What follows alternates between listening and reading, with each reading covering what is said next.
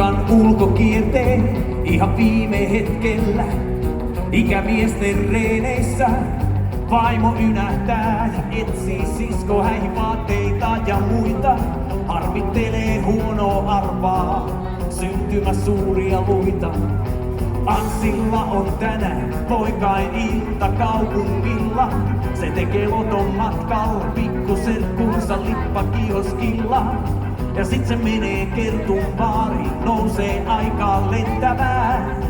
Ja 7 oikein kantaa, taskussa tietä lähtään. Elämä on kaapattu lento, lähtöportti 26.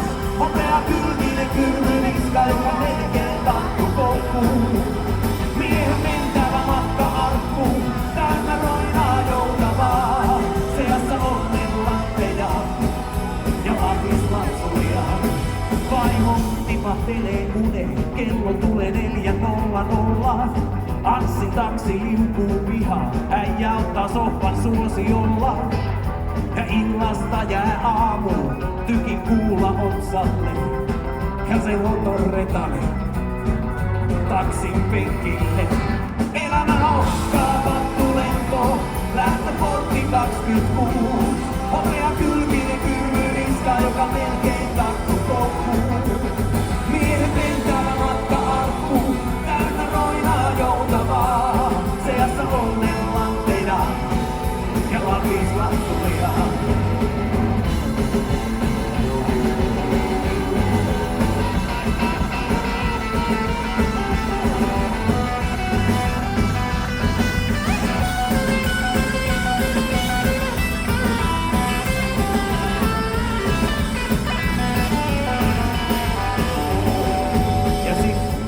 Myöhemmin kaupungilla puhuttiin, et se pyylevä vitsilikko taksirenki Sakuliin olis löytänyt autosta hylätyn lottokupongin ja torin valoihin jättänyt tyhjän Mersun käyntiin. Elämä on kaapattu lento, lähtöportti 26.